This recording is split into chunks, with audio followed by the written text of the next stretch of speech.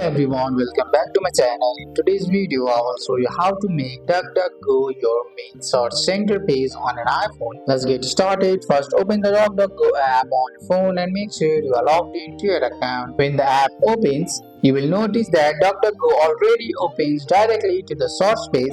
This page with the search bar in the center is your search center page.